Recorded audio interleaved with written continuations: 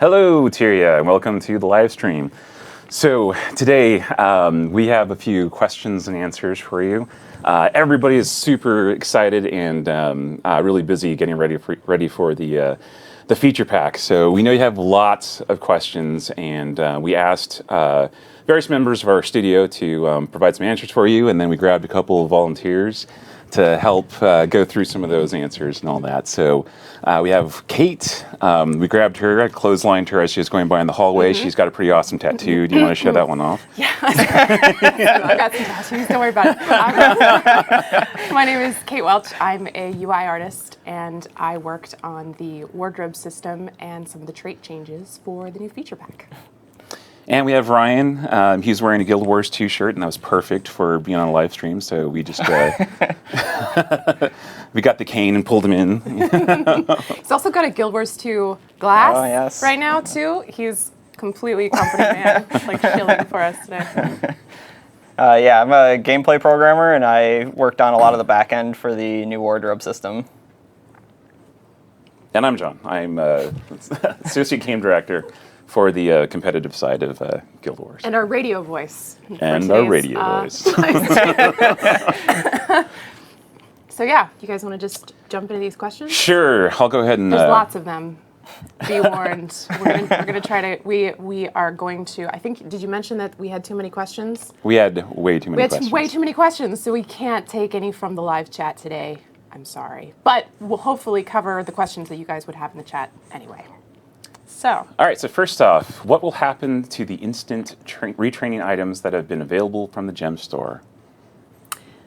So the trait resets should be used prior to the 15th, which is when the feature pack goes live. After the feature pack goes live, you can request refunds for any unused resets you purchased directly from the gem store. But we can't refund the random ones that came from the other sources, like the Black Lion chests previous to March 25th. So anything you bought directly, if you feel like you should get a refund, then you can apply for one. Otherwise, they probably are not going to do much for you after that. All right, and I think we have a question here for John. What about PvP players who have a lot of low-level characters for PvP? Does the new trait system mean that they won't be able to experiment with builds, or that they'll be more useless when they start playing PvE, or that kind of thing? So in PvP, you will actually have access to what we call the core set. So this is everything that we launched with. And the only thing that you'll actually have to unlock is anything new that's coming out. So not a lot's going to change for PvP players as far as what they have access to. The new stuff is going to require a little bit of an unlock, but PvP players are actually going to be getting quite a bit of rewards from the new reward track system. They'll be getting gold, loot, tomes of knowledge, and they should be able to unlock these things without too much problem. The new stuff. It's only the new stuff that they need to worry about. Nice. So probably another question for you, John. Maybe, 2 in a row. Maybe not. With the way getting trait points is changing and having to be level 30, does this mean that we can only get 50 trait points? Well, actually, trait points are being condensed from 70 points to 14 points. So we're actually really streamlining that system. So, each time you spend a trait point, it's actually going to give you a minor or a major trait unlock. So it's actually a completely different system at this point. The nice thing about this is that it's really going to be hard for players to create build errors. In the current system, you could put a point into something that not get anything out of it. In the new system, I'm real good at that. Yeah. I loved my 1414s build. So in the new system, every time you spend something, you'll actually get quite a bit out of it for that. Right on. And then once you hit level 66, you get 2 points. You'll per get 2 points level until level 80. Gotcha. Until level 80 for every 6 levels until level 80. Got it. Okay, so I think we're going to move to wardrobe, and I think that Ryan is going to be kind of the man of the hour here, since he did the back end programming for the wardrobe system. I did the art for it, so I can help answer some questions, but largely he's going to be the star. Ooh. So we'll start out. Will all the gem store armors we've bought be unlocked, even if we salvaged some of them? Okay, so any of the ones that you have any piece of the, if it's a 6-piece set, like say the Zodiac armor or something, if you only have one piece left, that'll still unlock the entire set for you. And as long as you have some piece of gear that's like equipped with it, or if you have the account-bound consumable still, that'll unlock the whole set for you automatically when you log in on a character with that in its inventory or equipped. Cool. So, what about the GW1 armor and weapon skins? Will those unlock into the wardrobe? So like your Hall of Monument skins and your achievement skins, those will all be unlockable in the wardrobe, and they will remain to be free to apply to as much as you want. So we do have any of those like skins that were endlessly applicable before, you can still do that for free in the wardrobe system. Quick question. Do racial and weight restrictions still apply to the wardrobe system? Racial and weight restrictions still do apply. You can only apply, light armor to your light gear, or light skins to your light equipment. Your racial restrictions still do apply. You can only use like the cultural human stuff on humans. You can only use the cultural Sylvari on Sylvari, etc. Right. But any character of any weight or class or race can unlock any kind of armor. They just can't use it. You can use it on other characters on your account. Got it. Understood. Does the number of transmutation charges required for a particular transmutation depend on anything? It's basically just one transmutation charge for each skin application, with the exception of those free skins that we mentioned earlier. Got it. So once I unlock a skin in the wardrobe, am I free to delete the actual item while still using the appearance in the wardrobe in the future? Yes, as soon as you unlock a skin in the wardrobe, it's unlocked forever on your account. Are we going to be able to use tan clothes as armor from now on? The question everybody wants to know. So there are the concept of full outfits, which are basically things like the cook's outfit or the Mad King outfit, those type of things. Those will be usable in combat as a whole system. And let's see, what else is there? There's like a lot of the helmet skins that were one-off skins that you could buy that were things like the glasses or those type of things are actually usable on all weight classes now. And then some other town clothes are converted to tonics. Can you explain what a tonic is for anybody who wouldn't know? Basically, it's just a endlessly usable potion in your inventory that just makes you look different for a set of, or temporarily. And you can only use one tonic at a time? Is Correct. that correct? Yeah. Got it. Okay. So outfits, let's talk about them. Okay. They are all or nothing. What about items that were sold as individual items? Those are going to be converted to tonics? Some of them are converted to tonics, mostly the like chest pieces and like leggings, those type of things, but the helmets are mostly converted into skins for items, yeah. Okay. And what about extra items that came with the costumes, like the toys, the broom, the cat? So those will still be usable. They'll be more similar to tonics. They will transform you into whatever uses those things. So like if you want to use your broom, I think that will just like you double click on the broom in your inventory and then you can ride around on your broom. Right. So kind of the same way it acts now. Yeah. Got it. So for tan clothes that we can't mix and match anymore, will there be a refund? So those will be kind of done on a case-by-case basis, but you can request refunds for things that you're not happy with after the 15th.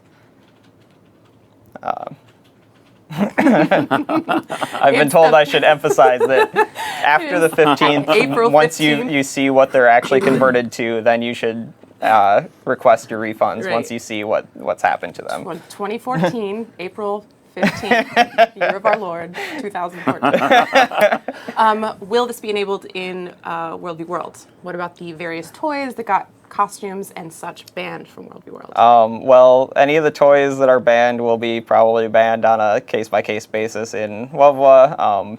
You'll still be able to use like your full outfits. And so it'll probably just be case by case. We'll still try to keep you from, using that to run faster than other people.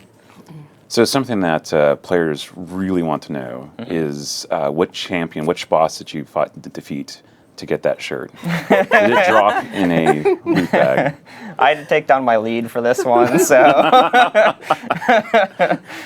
That is how you earn a promotion these Yep. days, right? Yeah. This is a tough environment to work in. Will I get a transmutation charge for exploring a city after the 15th of April? Yes, you still will. Yes.